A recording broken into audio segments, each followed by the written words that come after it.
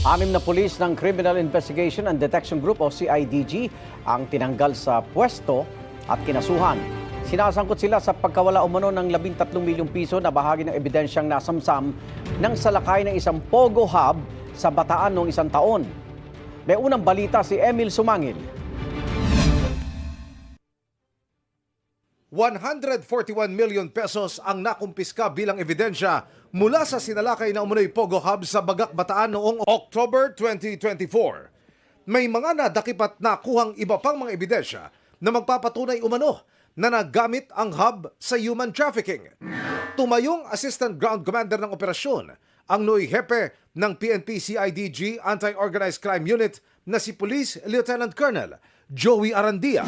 Nasabot po lahat yan. Actually, mayroon na tayong media coverage during that time. Ongoing na po yung investigation namin ginawa kung bakit ganyan karami ang pera doon. Posible yan na ginamit yan pang sahod, operational budget, operational fund.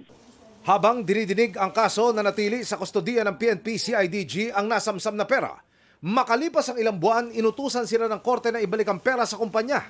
Pero sa turnover, lumitaw na may nawawalang 13 milyong piso.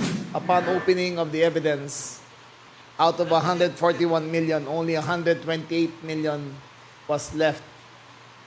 What was left in the other box was budol money, fake money. Nakita na namin na budel yung pera.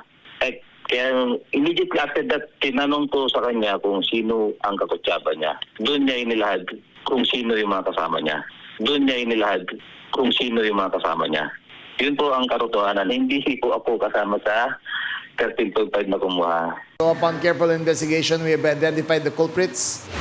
Lumabas sa pagsisiyasat na nasa likod ng pagkawala ng pera ang 6 na non-commissioned officers ng PNP CIDG na tumayong mga investigator, seizing officer sa operasyon at kustodya ng mga ebidensya. Sa press conference, inilahad ng CIDG kung paano hinati ang pera at magkano ang napunta sa bawat isa. Yung pinag-divide nila is nasa kanila na. I think nagastos na or something. Ang 6, tinanggal na sa CIDG at sinampahan na ng mga kasong kriminal at administratibo. The mere act na kunin mo ang pera is already a theft. So, yeah, it's already a criminal offense.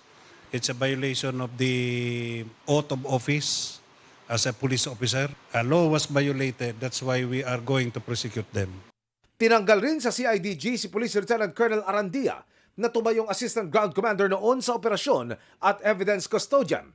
Iniimbestigahan din siya at inirekomendang sampahan ng reklamo. Iniuwi raw kasi ni Arandia ang kahong-kahong mga pera ayon kay CIDG Director Morico. There was no proper turnover conducted by Police Lieutenant Colonel Arandia based on the investigation. Accordingly, he took the boxes of evidences to his house. Pero ayon kay Arandia, mali na isama siya sa asunto. Pinagkatiwala po sa akin ng CIDG Command Group that time, in-entrust po sa akin yung pera na yan. Gusto ko lang liwanagin, linawin sa mga mamamayan na hindi po ako yun. Hindi po ako kasama. Maayos po yung pera na hawak ko, na nasa custody ko. All accounted po yun. Sinusubukan naming makuha ang panig ng iba pang kinasuhan.